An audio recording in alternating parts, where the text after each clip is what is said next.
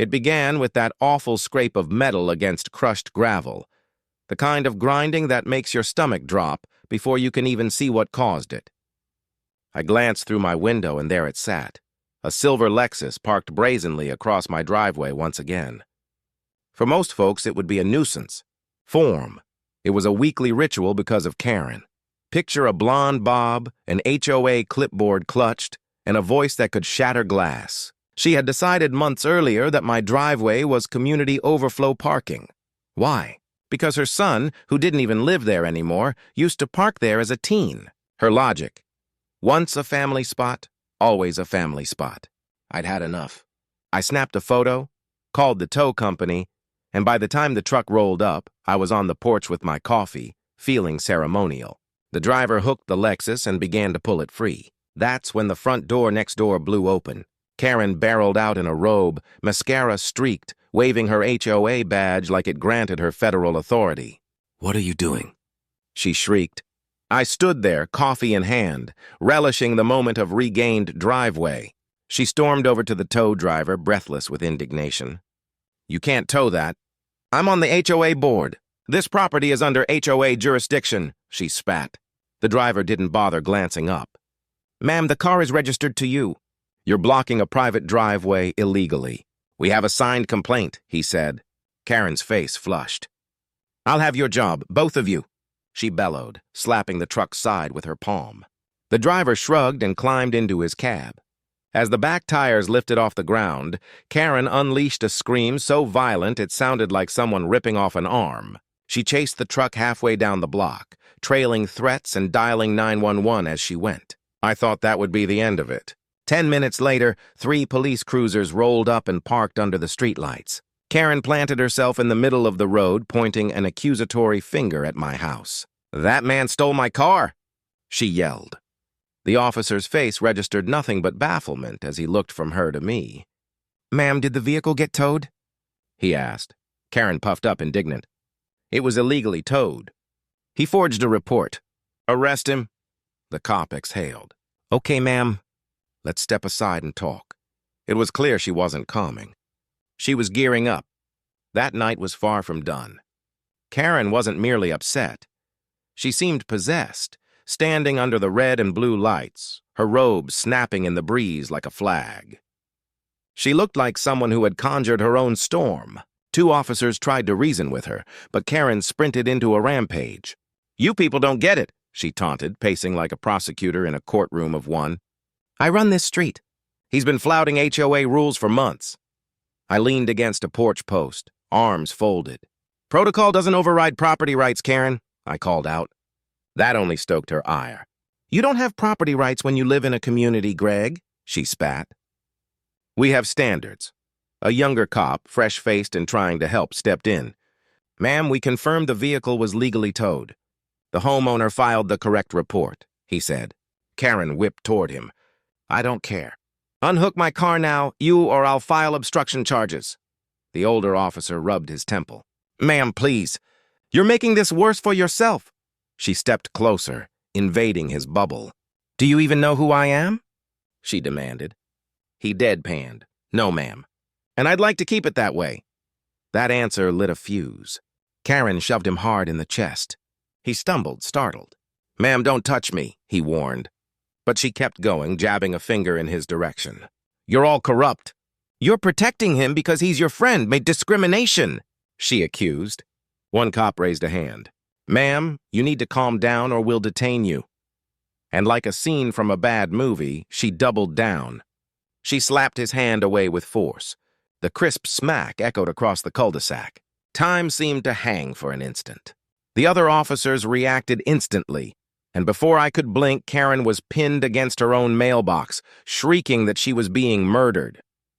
"You can't arrest me. I'm the HOA president," she screamed. Neighbors peeped through blinds and doorways, phones out and recording. The flashing patrol lights turned the street into a theatrical set, and Karen was unwillingly center stage. As an officer read her rights, she hurled threats about lawsuits and name-dropped the mayor like a talisman. The irony was delicious. After months of policing everyone else's lives, she'd lost control of her own temper. They slid her into the back of a cruiser. Through the tinted window, she glared at me, lips trembling with fury. "This isn't over, Greg. You'll pay for this," she hissed. She meant it. By morning, the story had spread through the neighborhood like wildfire. Half the block had seen Karen's arrest on someone's Instagram story, and rumors were already fermenting. The rest of the neighborhood split into two camps, half buzzing on group chats, the other half whispering wild theories at their mailboxes like they were hosting a true crime podcast. I was trying to savor my coffee when a hard, deliberate knock came at my door.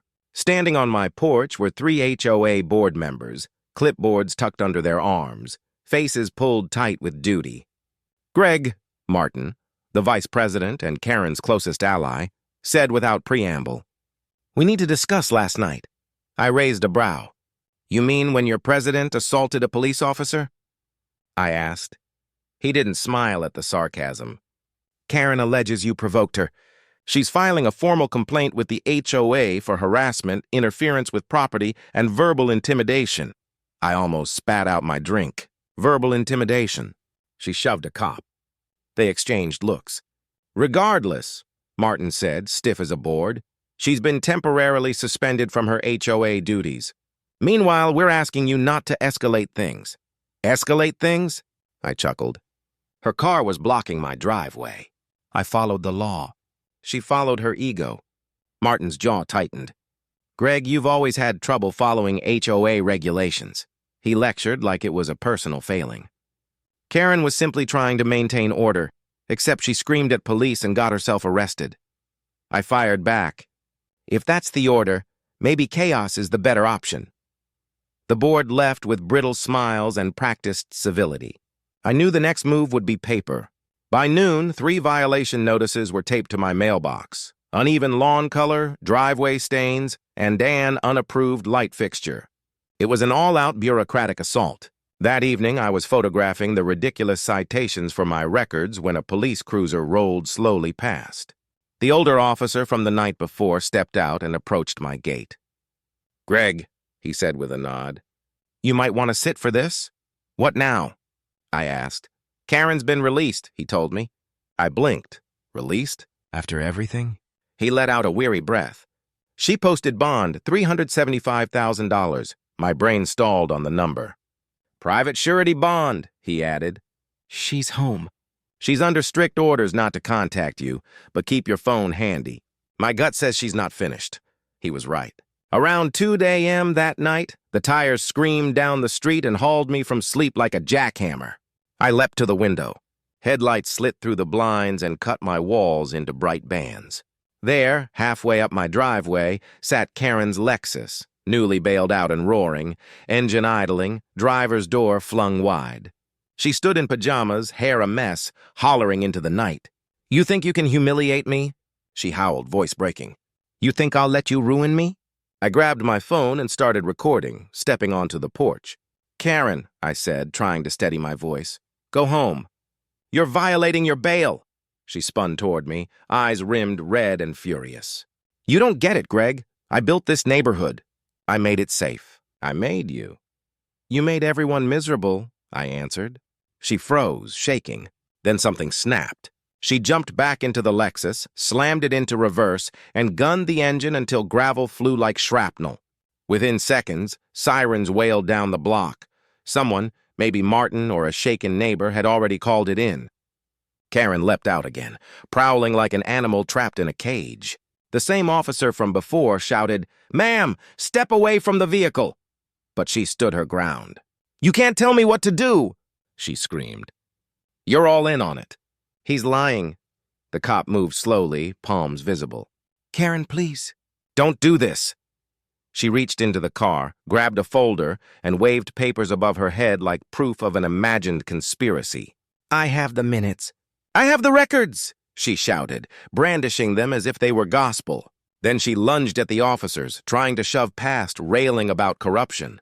The officers attempted to hold her back gently at first, but she fought and kicked until they had no choice but to force her down. From my porch, I watched the scene unfold, the flashing lights, the chaos, and the awful collapse of her own fury. It didn't feel triumphant. It felt like watching someone drown in their pride. They hauled her away again. this time for assaulting an officer while on bail.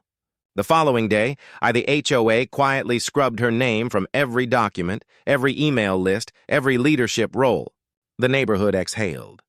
For the first time in months, the clipboards and complaints vanished. That night, sitting on my stoop and staring at my clear driveway, I whispered to the quiet, part to myself, part to the sky. Rest easy, HOA. Your queen has fallen. If you've ever had someone cross the line into your life, drop a like. It shows you stand with folks who push back. Subscribe to Karen's Hub so you don't miss the next time justice bites back. And tell me in the comments, what would you have done if that was your driveway, your peace, your fight?